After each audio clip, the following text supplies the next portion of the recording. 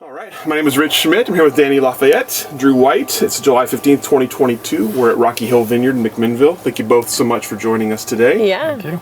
The first question, and either one of you can take this to get rolling, is why wine? I'll go first. Yeah, please. All right. Well, for me, it was kind of an organic development. I worked in the wine industry, or not in the wine industry, but in the restaurant industry, selling wine, talking about wine for over a decade downtown in Portland at Jake's Grill. And I just loved it. It brings people together. It always makes people happy. I love talking about the different wine regions and how things were made and how the styles vary. And so I was cocktailing for a long time and kind of didn't really do anything with my college degree, which was in community development and Spanish. And I was just making really good money working in the restaurant industry, so I stayed with it for a long time. My sister and I, she lives in Roseburg in the Umpqua Valley. We loved going wine tasting, and every time I went down to visit her, we would always hit up like 3 or 4 places. Hillcrest is one of my favorite. And she and I decided one day on a whim to take the intro level somm certification. And I had no idea really what I was getting myself into, and studied for like 6 months and ended up taking the test and passing it, and just really loved the education. It's such a mix of culture and history and geography and science and art. I just fell in love with it. And so I decided to go back to school and go to Chemeketa in Salem and do their Associates of Applied Science and get a degree in winemaking. And they also have a little vineyard out there, and so we got to do a lot of hands-on vineyard work, and that's where I met Drew. Yeah, so I guess my aha moment was taking the Intro Somm certification and passing and realizing that it was something that I was really passionate about, and it all kind of fell together from there. Yeah. How about for you, Drew? Yeah, a very similar story in that I didn't use my bachelor's degree in creative writing. I ended up being a chef working in Portland, and kind of got plunged into wine that way. My general manager took me to a lot of big wine tastings for the industry, Galaxy, Columbia, all of that, and I started getting interested, and then I met my wife, and she was also pouring wine at the time, so it was something that we all kind of came around together, and from there it was just, I started collecting, and then I figured out that like wine is something that like you can never know everything about, and like pursuing that really made me want to pursue it, I guess, if that makes sense. And then, so yeah, I went to Chemeketa, quit cooking, got burnout, quit cooking, went to Chemeketa, decided to make something that takes a little longer to cook. Here we are. Yeah, I remember seeing Jessica Ensworth for the first time when I was working at Jake's, and she came in and she was working for Moet Chandon, and she gave us a class on sparkling wine, and she was just so vivacious and just full of energy and just passionate about it, and I was like, who is this woman? I want her job. This is awesome. She just goes around and talks about champagne all day long, like amazing. So yeah, she was a big influence on my life too. I ended up working at a tasting room called Angela Estate for about 2 years, and Jessica was the general manager at that time, so she was a big influence on my life as well. So before we get into the kind of the forward path from Chemeketa on, tell me about, you mentioned wine education, big part for both of you. Before you were doing formal wine education, tell me about learning wine and starting to understand both wine, the product, the taste, the flavor, but also wine, the regions and the varietals. What was exciting about learning it for you, and what were the kind of the most the biggest moments in that education for you? I'll start. Yeah. So for me, it was my first like wine mentor, if you want to call it that. He was really into big reds, Zinfandel, like nice Zinfandel, and Bordeaux varietals, and then oaky, buttery Chardonnay. And so that's where I started. And as there's a thing, I used to store my wine at this place in Portland called Portland Wine Storage. And there's this thing called Scary Bottle Night they do around Halloween, and everybody breaks out all their wine that is just maybe good, maybe bad. and everybody gets to try everything, and that's kind of like those nights kind of blew my mind, because it was like you tasted old wine, good wine, bad wine, young wine, everything, every varietal, and it was just like, whoa, what? There's a lot here to parse through, and so yeah. Yeah, mine was more of in like the restaurant scene. So we would have a fresh talk every night, and we would have all of our specials, and then we would have our wine, promotions that we'd be trying to push certain wines, or these are the wines that you should pair with food. And so mine was really about like pairing fine dining food with wine. And so yeah, every night we would open the bottles and test it and taste the dishes, and that was a really formative part of my life too, just seeing how wine pairs with food and the way that it can elevate your meal. And so mine was more of a nightly service kind of education. As you were learning that part of it, we hear that a lot. People who come from fine dining backgrounds and get into the industry. Tell me about what was exciting about that? What's exciting about pairing wine with food? What did that open up for you that maybe you wouldn't have learned otherwise? Yeah, I guess the revelations, that wow, if you have a big fatty steak and you have a nice big red, and how it can cleanse the palate or complement the meal, or just it felt special also being able to recommend these things to guests and to have that knowledge and to be able to say, oh, this is what you're having a whitefish for dinner, this is maybe what would pair nicely, and then to have people respond positively to that. You felt educated and you felt like kind of fancy, and so I was really young. I was like 19 through 28 when I worked there, and so it made me feel like more of a professional for sure. And for Drew, tell me a similar thing. Obviously, you mentioned kind of how your palate started. Tell me about how it evolved, especially as you were cooking. How did your palate evolve?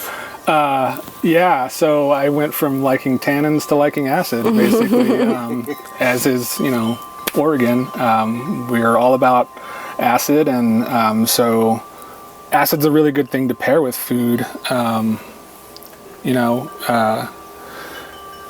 When you're working with fatty meats and cheeses and things like that, being able to offset and kind of provide contrast is a really cool way to heighten experiences for myself and for the diners.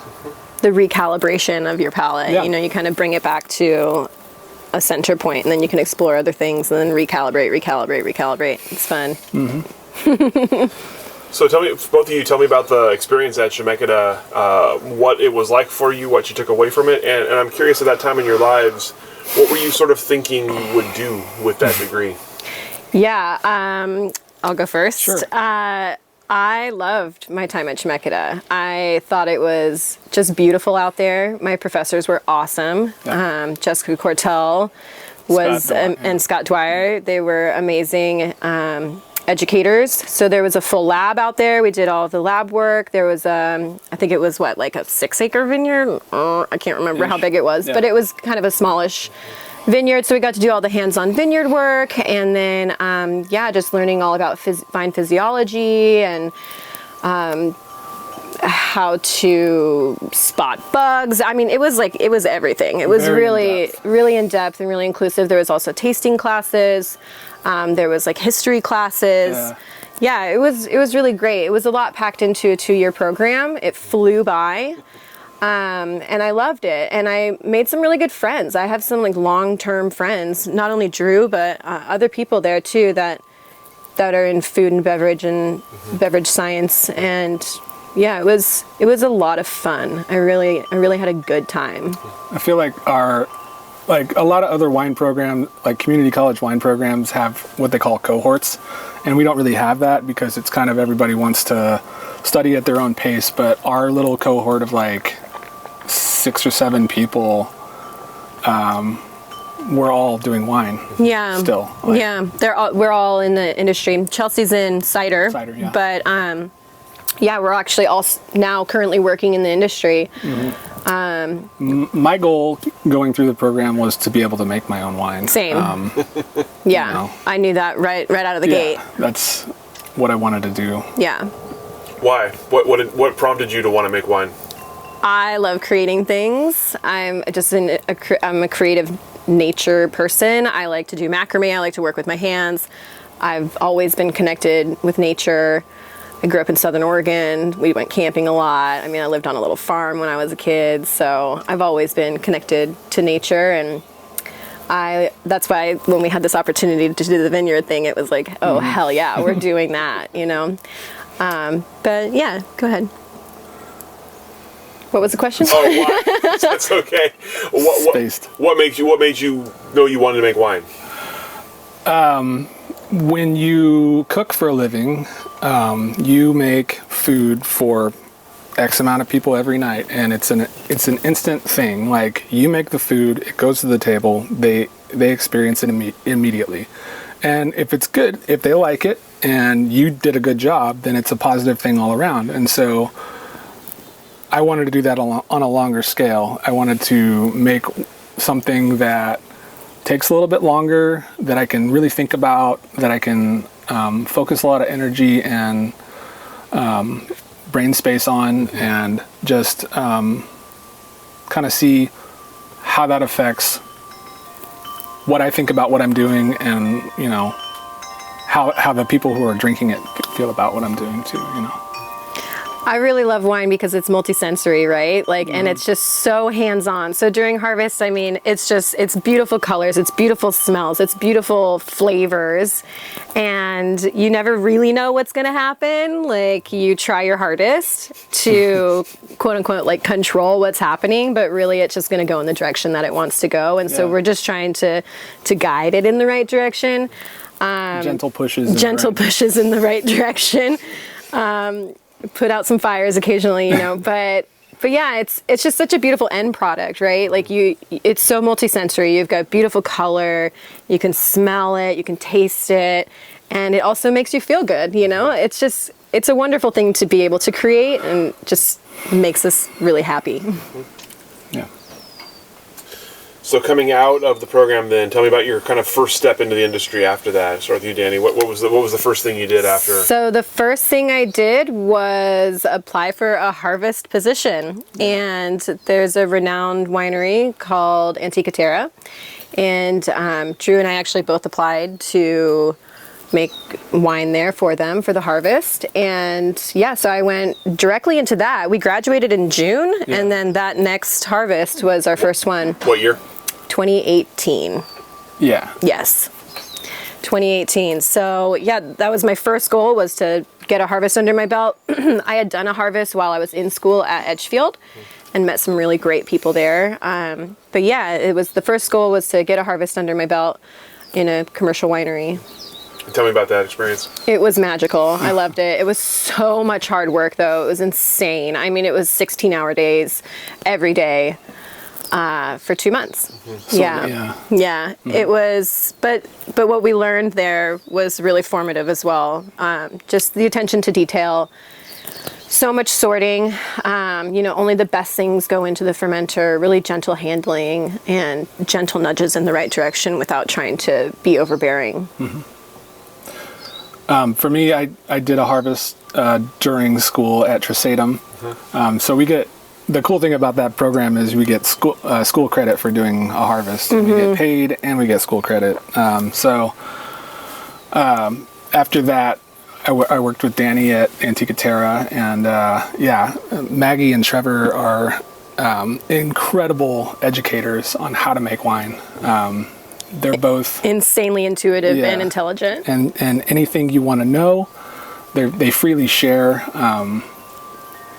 It was just, I think it's made the biggest impression on me and how I make my wine that I've ever had for anything that I've ever made. Was working hard. I've worked 2 harvests there. So super influential, right? Yeah, super influential. Harvest was winding down, and Drew and I were racking barrels of Chardonnay. And by the way, their wines are amazing. I don't know if you've had them, but they're like blow your mind, just like ethereal, delicious, amazing wines. And we're sitting there racking barrels, and we're like, so what are we gonna do after this, you know? And Drew's like, we should make Chardonnay. And I was like, yes, we're gonna do that. And we did. And it was just scrapping all of our money together and really, really low budget, like just trying to make it work, just started with 2 barrels. Yeah, trying to make Maggie Harrison wines on like, not Maggie Harrison. On like student budgets, right? It's a noble goal. Yeah, they turned out really good. I mean, I'm not going to say they're as good as Antique Terroir, but they're really nice. They're good. We love them. Yeah, we do. We do. So yeah, it was great. We bought a couple of French oak barrels and found a space to do it in, and tried to make it the way that Maggie makes it. Mm-hmm. Before we talk, I'm curious about a couple things from that, but what was the experience like being in charge after making wine for other people, being harvest intern? What was it like being the ones making the decisions? I thought it was terrifying, but also really fun. Yeah. And we knew the style that we were on the same page, right? For the most part. I mean, we really were trying to achieve the same goal. So there wasn't a lot of like disagreements about how to do it. The great thing about us as a partnership is that we don't just have to rely on ourselves to problem solve. We can talk through it with each other. Yeah, and we have a lot of mentors too, like Michael Lundeen at Walnut City Wineworks. That's where we make the wine, and he has been integral to our success. Yeah, for sure. Yeah. Thank you, Michael. Seriously. Yeah, and I currently work at Wine by Joe and Dobbes Family Estate. I'm the lab tech there, so we're pretty well-rounded as well. Drew's working at Walnut City right now in the cellar, and so we have lab experience, cellar experience, harvest experience, managerial experience. So yeah, I feel, and we're bringing this vineyard back to life too. So I feel like we've really got the thumb on the pulse of all areas of the industry. Working on marketing. It's the hardest part. Yeah. We spent more time designing a label for our wine than we did on our wine. It took 2 years. Yeah. But we're happy with the product. So. Very. When you decided to start making Chardonnay, were you thinking commercial right away, or was it just something you wanted to make to see what would happen? Definitely wanted to sell it. Mm-hmm. Yeah. We're trying to get to a point where we can do this full time. So tell me about that process then of choosing. You mentioned finding a space, finding grapes, finding marketing, finding the style you're going for. Tell me about all of that process and how it unfolded for you. It was piece by piece. So I was in Chicago after 2018 harvest, and I saw an ad for barrels on winejobs.com. And I called Danie as soon as I saw the ad, and I said, we need these barrels. And that's where we got our barrels. Yeah. We spent $900 and got 4 white wine barrels, one of which we still love. It still makes the best wine. It's still in use. And how we got the space. Talk about the Walnut space, City. yeah. Mm-hmm. Okay, so I met Michael Lundeen. I was a coach for a t-ball team, and Michael's son was on the team, and we got to talking, and because he was one of the other coaches, and he said, "Why don't you come by and taste some wine?" So I did, and one thing led to another. I ended up doing bottlings for him here and there. He always needs extra hands around the winery, so I would show up and do some work. And after the 2019 harvest at Antique Terroir, he approached me about working full time there, and I said, well, we had already started making wine there, huh? Before you were working there? I don't think so. I think you were working there first. Okay. Yeah. So I said, well, that's interesting because we need a place to make our wine. Do you have any space for like 4 barrels? And he said, yeah, of course we have a space for 4 barrels. It'll be our smallest client.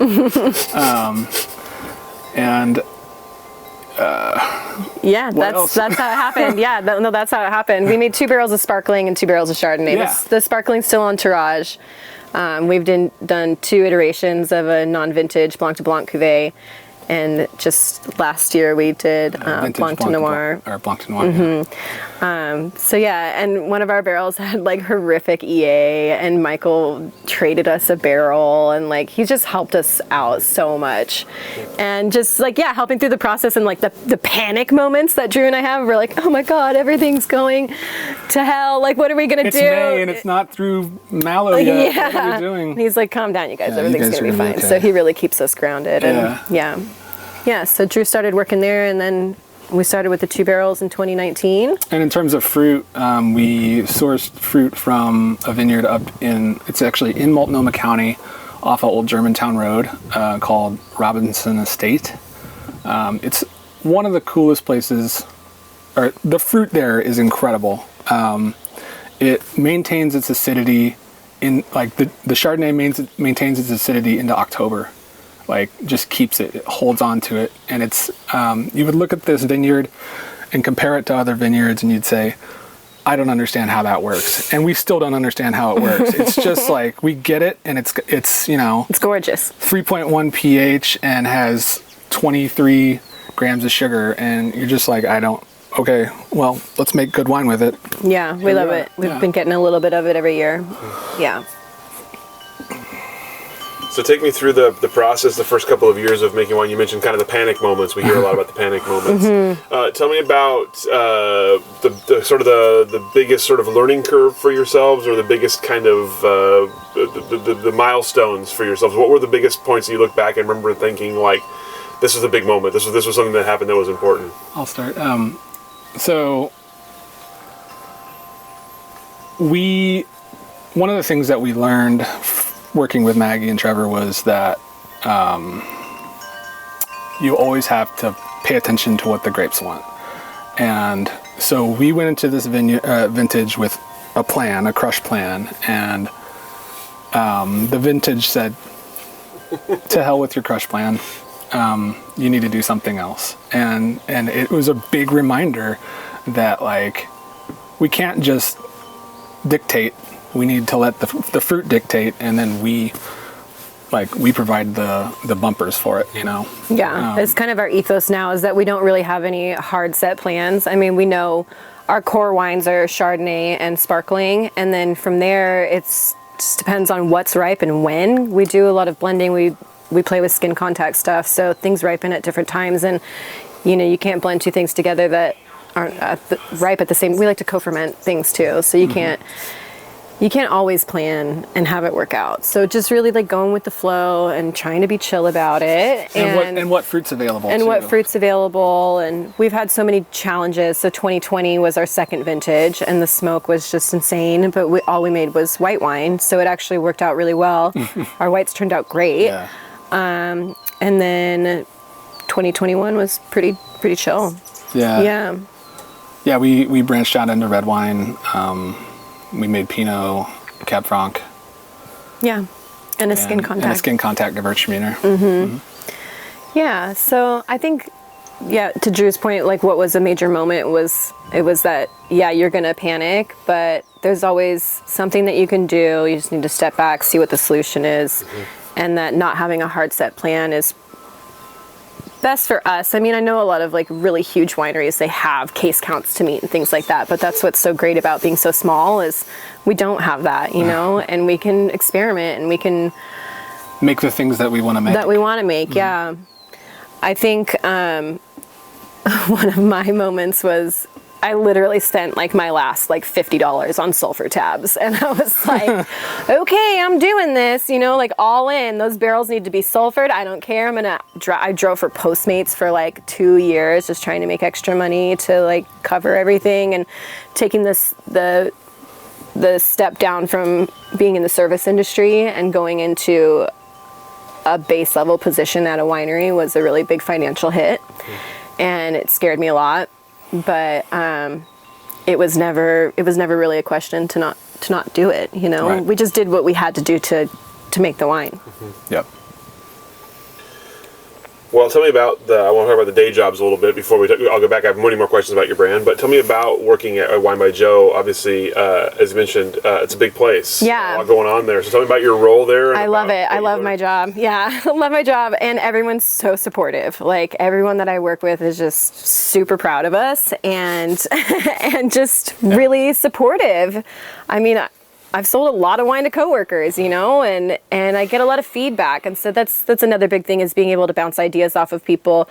My lab manager, Brad Winter, has been instrumental in our panic moments and helping us figure things out and calm down and find solutions if a fermentation's going south, you know. So he's a voice of reason. He is a voice of calm and reason. So I love my job. I've grown quite a bit there. I've learned a lot. So we have the Wine by Joe side, which is like the really large scale production, and then we have the Dobbes family estate, where most things are done in barrel and more DTC, like through the tasting room. And then we're the lab for both sides. So we like to call ourselves Switzerland. We hold no, precedent over either one. We try to remain loyal to both equally. But yeah, so I get to see, stabilization processes on a large scale or versus like a smaller scale. So they have different protocols in each of the wineries. And so it's a nice blend. I mean, I've really just learned a lot about large production and small. So it's just been really valuable to my knowledge. And yeah, I've recently become their sustainability coordinator as well. So I got us life certified for last year, and I'm maintaining that certification for us. So I've kind of stepped into a little bit bigger of a role of tracking all of our greenhouse gas emissions and water usage and electricity and all the stuff that you have to report on for live. It's really cool. Yeah, love it. And Drew, tell me about your work at Walnut City. So I wear a lot of hats there. We're a small custom crush facility. Our two biggest clients, one of them is Michael Lundin's, the general manager / winemaker's personal brand called Lundin. He focuses on Pinot mostly and sparkling wine. So we make sparkling wine the whole way through in-house by hand. We don't have machines that do anything for us. We are the machines.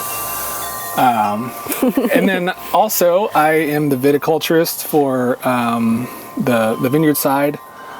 So I've spent the last 2 months out in vineyards getting sunburned and looking at leaves and clusters. And I also drive a tractor. I do sales. I just demolished the tasting room because we're renovating the tasting room, so I do construction as well. It's something where I love it because I never know what I'm going to do when I go in the next day. Mm-hmm. I mean, I kind of have an idea, but it's such a varied course or scope of work that it's just like I go in and I do something and it's probably going to be cool.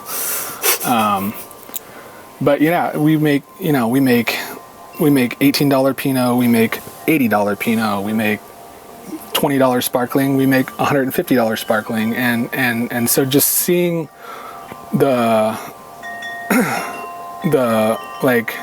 levels of quality and like the decision making process on those things is really helpful for me as a winemaker, and just as it's healthy for me as a person,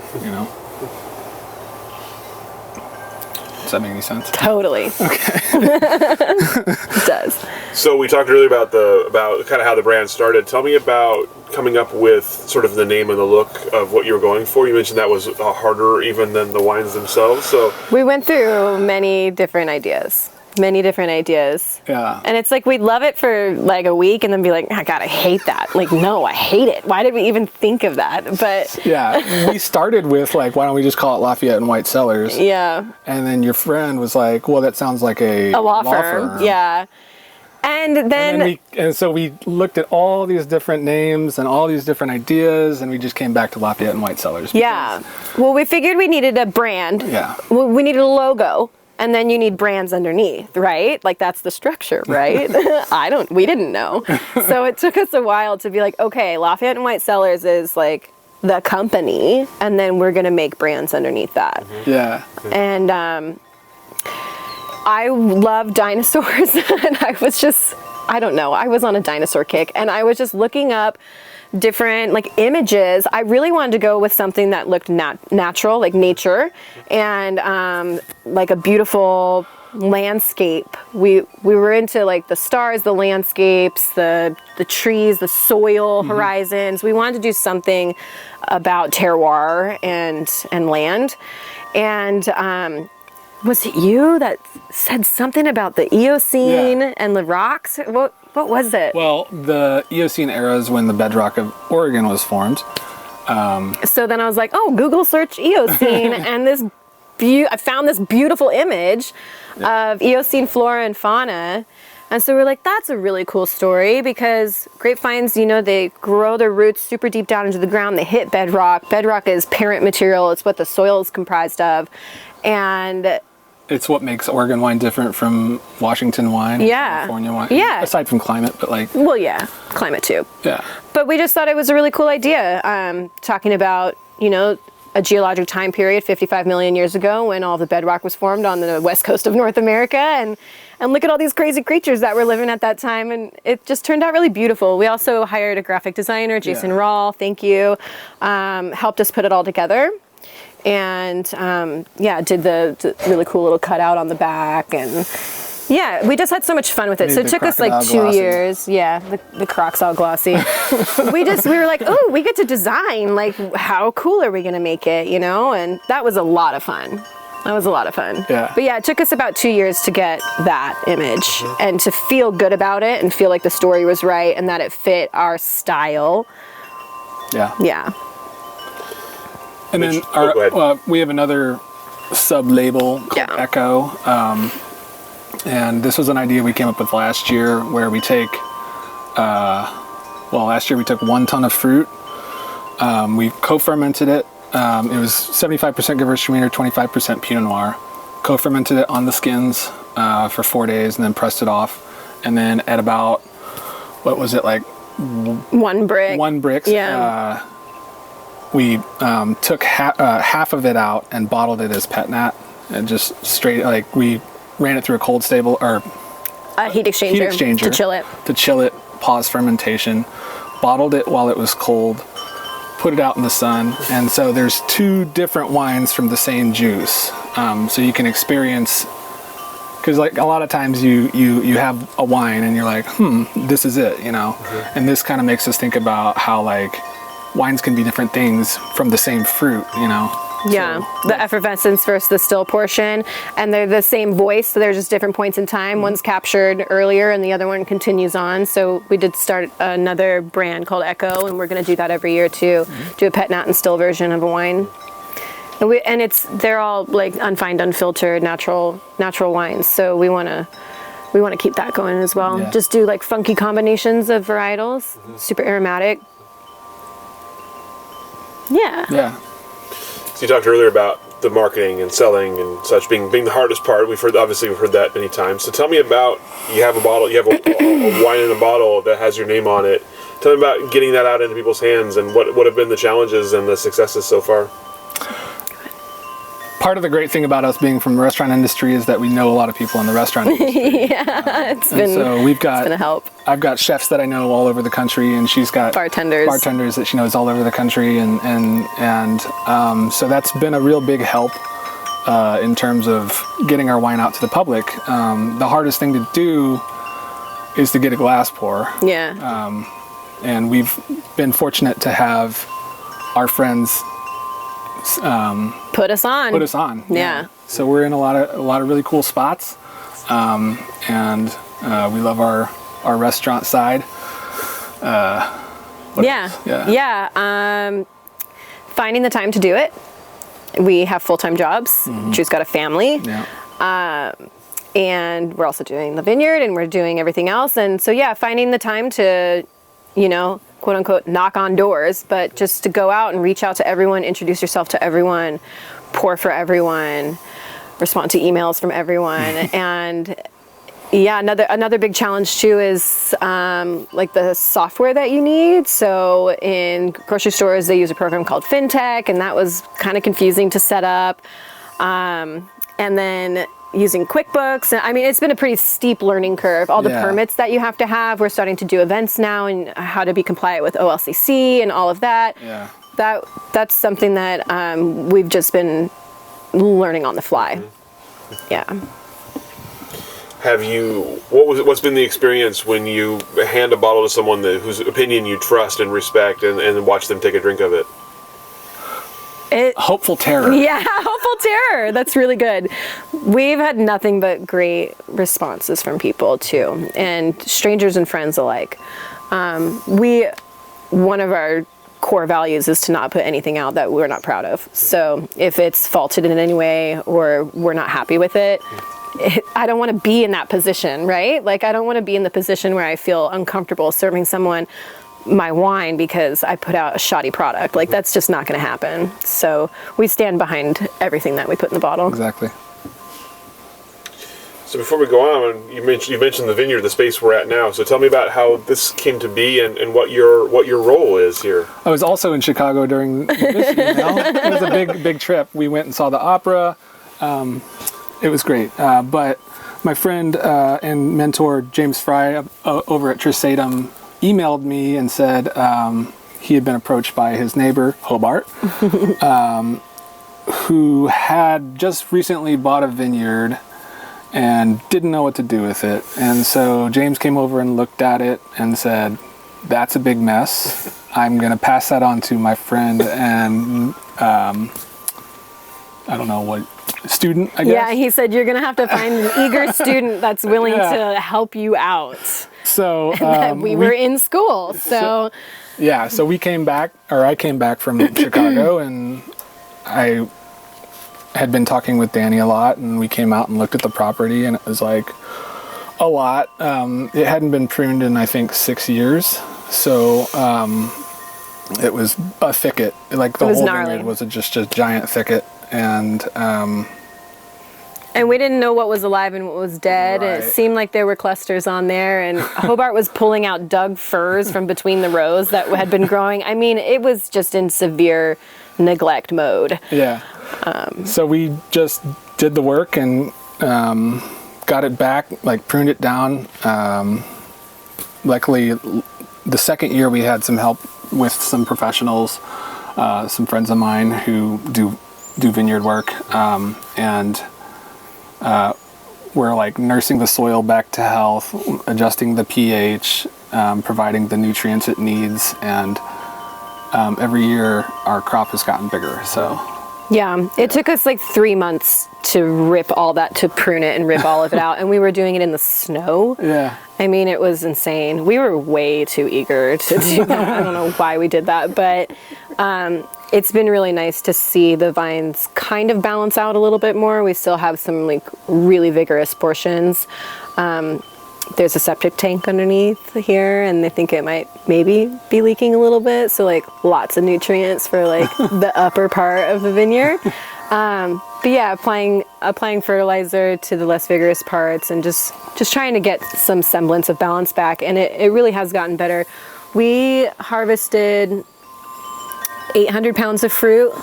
90 the first year. 90 the first year, and then 800 the next year. Yeah. And so this year we're really hoping for hopefully double that. I mean, it's about an acre, so if we could get close to a ton, that'd be great. Yeah. The vines are 20, 25 years old. I mean, they're old vines. And we have no idea what they are. Yeah. Well, it's Pinot Noir and Pinot Gris, right. The lore is that it's Dickie Rath's suitcase clones of Pinot Noir, but we don't know. We haven't done genetic testing on it. It's extremely expensive, and we put it in our rosé every year. So yeah, it's been working out. And Hobart's been so much help too. He does all the tractor work and all the digging out of the roots of the blackberries and stuff like that. And mowing and yeah. Shout out to Hobart. Yeah. So with a project like that, obviously you mentioned kind of the first step was just even finding the vineyard again and getting down to it. What were the as you kind of looked at it at first? What was your kind of like? What were the initial goals? What do you have to do, and in what order do you have to get something back into balance? I mean, everything was everything was dormant, so we didn't know what was alive and what was dead. The best thing that we could do is to prune it to figure out what is alive and what's dead. So the first step was just cleaning it up, like truckloads of brush, and breaking lots of loppers. And went through so many pairs of shears, and the blackberries were insane. But yeah, and then waiting, with anticipation to see when spring hits, what's going to grow back. Is it going to be in total shock from being pruned back so heavy? And so, 2020 was the first year of growth, and surprisingly vigorous. I mean, it was clear that the plants were still alive. There's some portions where there might be some trunk disease, or there are some dead heads out in the Pinot Green, and Hobart's ripped out several of those rows. So they were just mostly dead. It gets a lot of shade over there. There's a little gully that goes down, and it was full of trees and blackberry bushes, and so it shaded that portion of the vineyard a lot, and so he cleared all that out.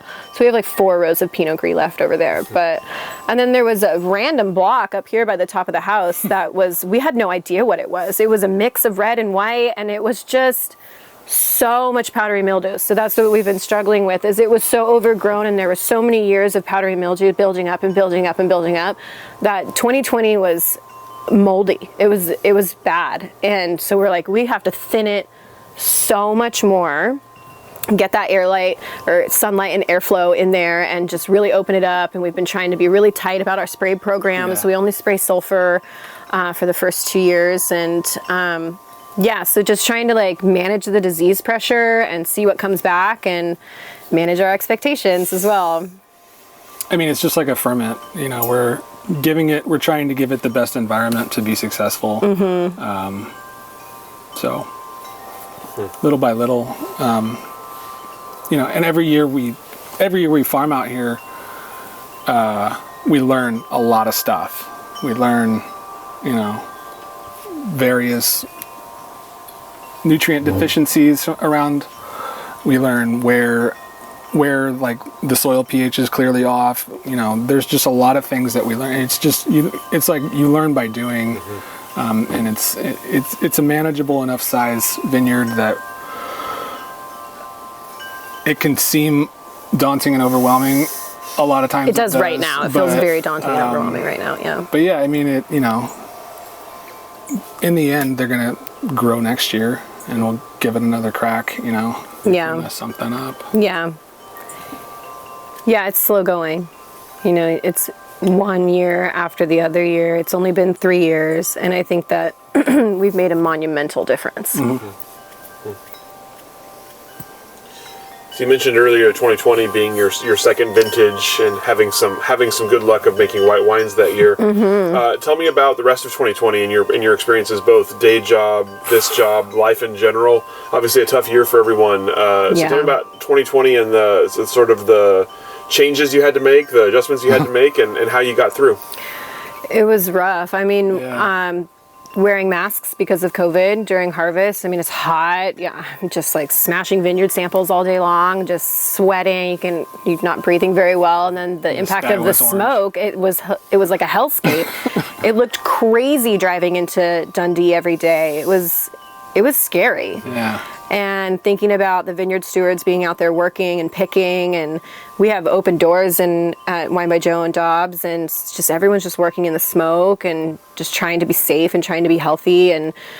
But the fruit's coming in, I mean, there's no stopping the fruit from coming. So just really putting your head down. Working in the lab was insane. We did so many mini fermentations of vineyard samples, trying to figure out what was smoke impacted, what wasn't. Our poor winemakers had to taste thousands of tiny bottles of pre-fermented vineyard samples to try to make decisions. I can only imagine what upper management was going through with working with vineyard contracts and things like that. So it was a nightmare. Yeah, the first day we brought in fruit, the sky was orange. I'll never forget that. We had the most rinky-dink air filter I have ever. We built it. It was a box fan, and two like house air filters duct tape to it and cardboard on top, and that was what we used for air filtration. So yeah, it was just, you know, it was like a really big coming together point for the wine industry in general, because everybody was just like, what do we do? Yeah. So everybody was talking, and everybody had ideas, and we tried a lot of different ideas, and I think we made some really good wines. The thing about 2020 was, if it hadn't been for that smoke, it would have been an incredible year. The size of the fruit was small, so like, you know, skin to juice ratio was like super high for skins. Big, powerful, dark wines, and you see that, but then it's got smoke on it, and so it's like, oh, I'm gonna ignore that this is an incredible wine because there's smoke in it. Yeah. I'll say also, though, that the people that did make wine and did release it to the public, they've made a good product, and that people shouldn't discount 2020 as a vintage. I agree. Because the people that did release wines, they treated it correctly. They weren't as impacted, and they made a good product. So don't be afraid of buying 2020. Yeah. Our little program, our Chardonnay, like, so we only made white wine. So our Chardonnay, our early pick Chardonnay that we use for sparkling wine, perfect. Yeah. Our late pick that we use for still wine, stalled out. Inexplicably, we tried everything. We tried to restart it. We tried to feed it, you know, everything that you can try. It stalled out with like 4 grams of sugar. So, Good thing it had a high acid. Yeah. Because it actually is. Because it's from that site. It's nicely balanced. But, you know, those are things that you just can't do anything, you can't really do anything about. And again, it was that thing that smacks you in the face that says, just do what the wine is telling you to do. It's a beautiful wine too. It's like a really nice really Chardonnay. good. Yeah. So It's not, but yeah. no smoke. You know, No smoke. we did pick, and it was a little bit smoky on the Chardonnay vineyard at the Robertson Estate. I remember the picture that you sent me the morning that they picked, and it was like our bin, and it was all hazy, and I was just like, oh God, get it out of there, get it to the winery. But yeah, no smoke impact on the whites. The whites were pretty nice. Yeah. So when we make wine, we usually, when we make Chardonnay at least, we foot tread it, and in a non-smoky year, we foot tread it, and we bucket it straight into barrels out of the press. 2020, we did not foot tread it. We just pressed it, and we let it settle. And we settled it so that's, first. You know, that's the difference that we had to make on the fly for the grapes that we got. Yeah. Roll with the punches. On that note, you talked about kind of making what you can each year, and the grapes you can find, and et cetera. So tell me, as the brand develops and has developed and will develop, what are you doing differently already, and what do you kind of have designs on doing in the future? What we're doing differently right now is experimenting with more skin contact stuff, and a lot of times, like, we take the scraps. Like, we'll take like a ton here, a ton there. You know, that's considered not a large portion of grapes, so some people will have some things left over. Yeah. So we're always looking for those little bits and pieces, and doing smaller ferments of things that we want to experiment with. So we really value creativity and experimentation, and so that's always going to be different. There's always going to be something kind of new and interesting that we're working on. But we'll always have the core wines as well, like the Rosé, the Riesling, and the Chardonnay. Next year we're going to be releasing our sparkling wine. Probably we might wait one more year. We're going to taste it. It's been on terroir for 2, so next year would be year 3. So sparkling wine's going to be coming out, which we're really excited about. We love making sparkling wine. So that's going to be a larger portion of our case count going forward for what's being released.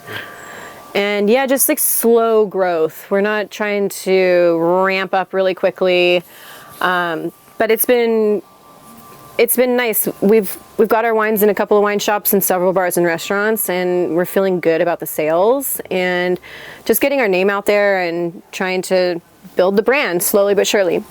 Yeah. Anything else? Maybe you're like, is there something you either a style or a varietal or anything that you're just like really hoping to work with in the future?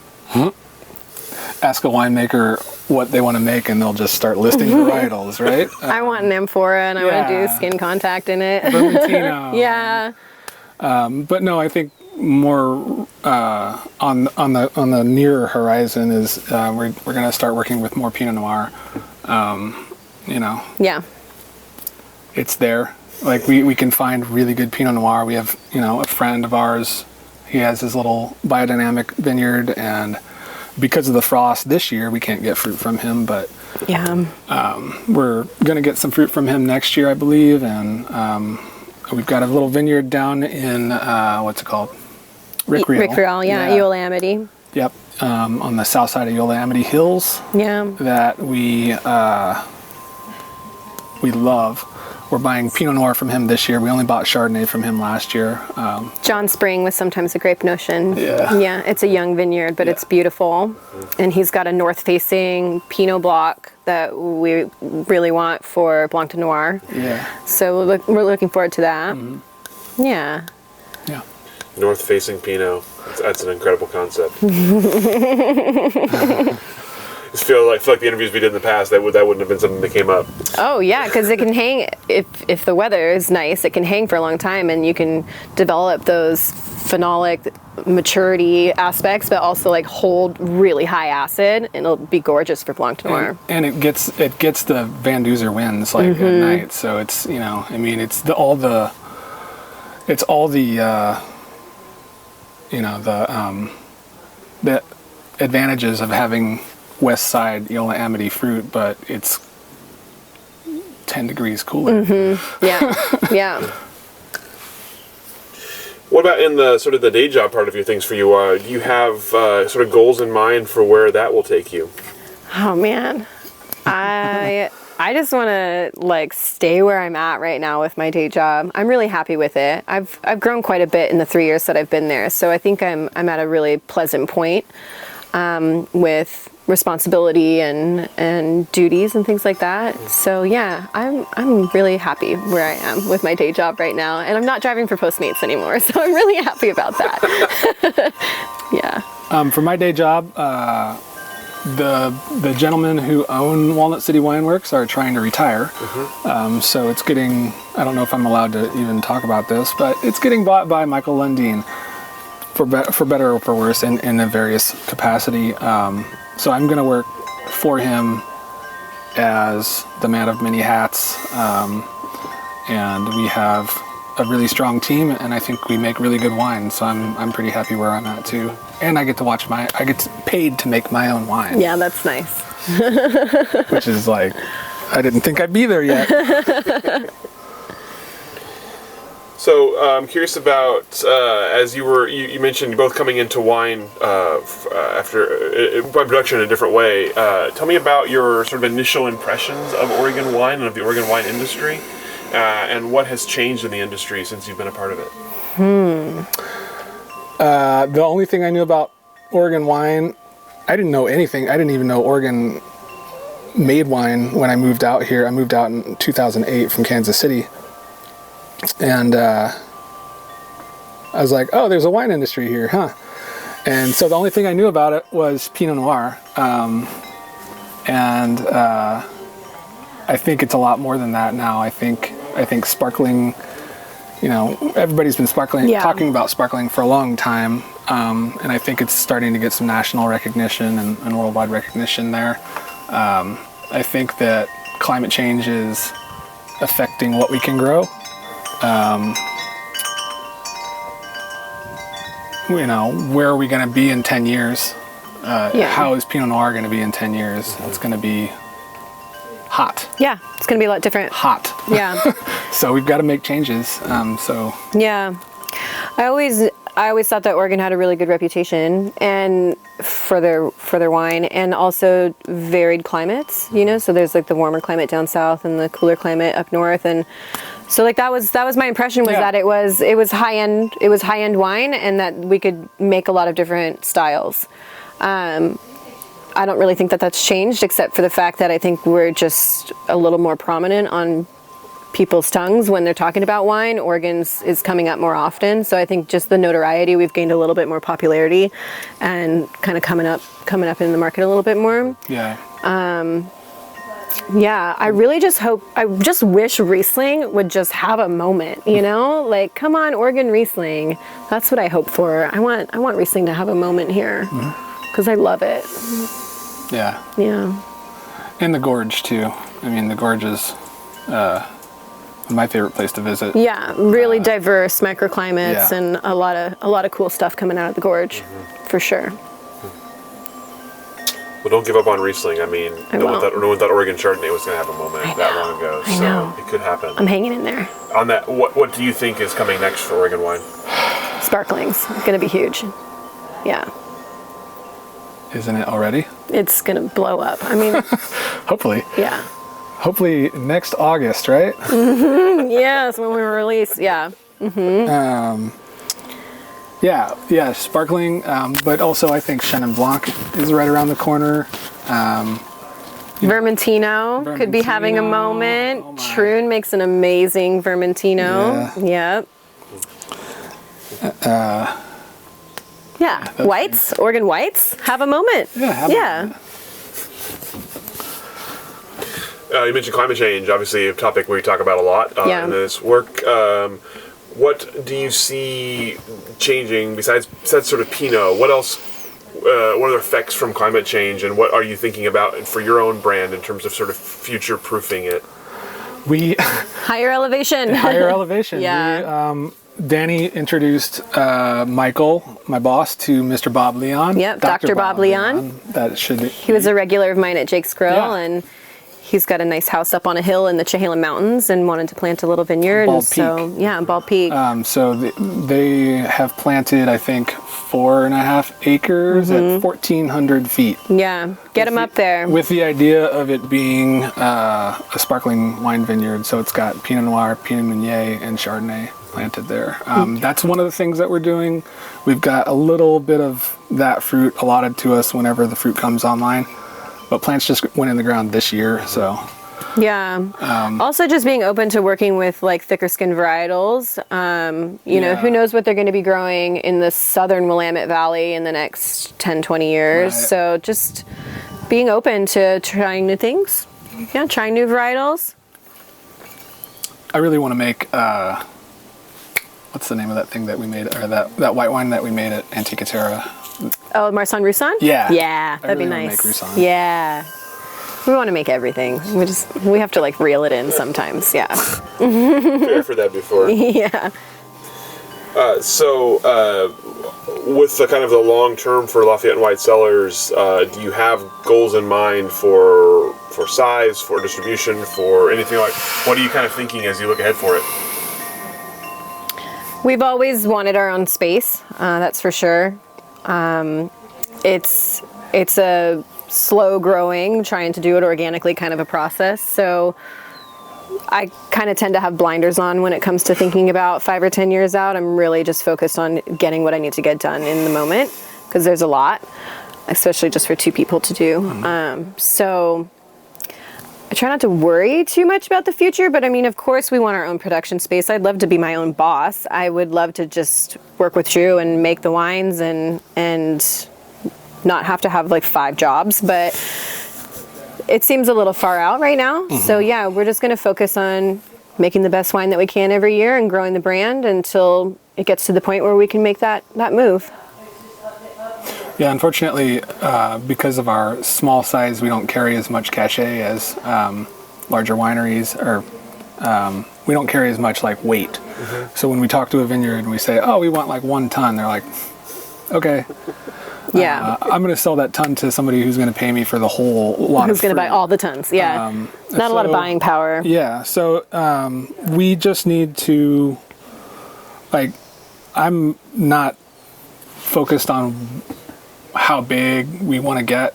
I'm focused on how good our wines can be. I'd probably say around 5,000 cases max. Like. Yeah. Yeah. If I had to put out a number. Yeah. Yeah, but we make like 500 right now, so 10x, right? 10x sounds scary. Yeah, but eventually, yeah, definitely like to be paying ourselves at some point. That'd be nice. Yeah. Yeah. Always a big step. Yeah. If someone were to ask you for advice on getting into the Oregon wine industry, what would your words of wisdom or advice be? Go for it. Go talk to some people. Make some friends. People are really open and sharing and collaborative, and yeah, you want to get into it, go taste. Go find what your favorite wines are. Find the styles. Talk to the winemakers. See how they made it. Pick their brain. And then work some harvest too. Yeah, work some harvest for sure. For sure. Yeah, figure out what you like to. Yeah. Figure out get a vision for what you want to make, and just riff on it. Yeah. All right, so the questions that I have for the two of you, anything I didn't ask that I should have, anything we didn't cover that you'd like to cover? I don't think so. No. Fantastic. Thank you so much. Well, thank you Yeah. for your time and your hospitality and Yeah. sharing your story with us, and we'll go ahead and let you off the hook. All right, cool.